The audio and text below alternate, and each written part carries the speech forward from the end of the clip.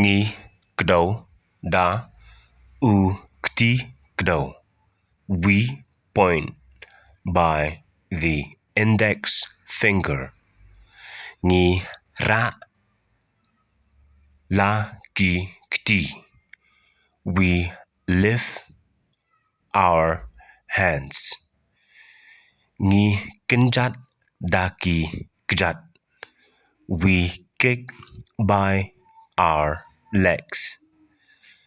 Ngi kura da ki kti. We punch by our hands. Nga sma da u kmut. I smell by my nose.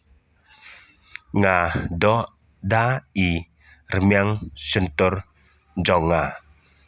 I kiss by my lip.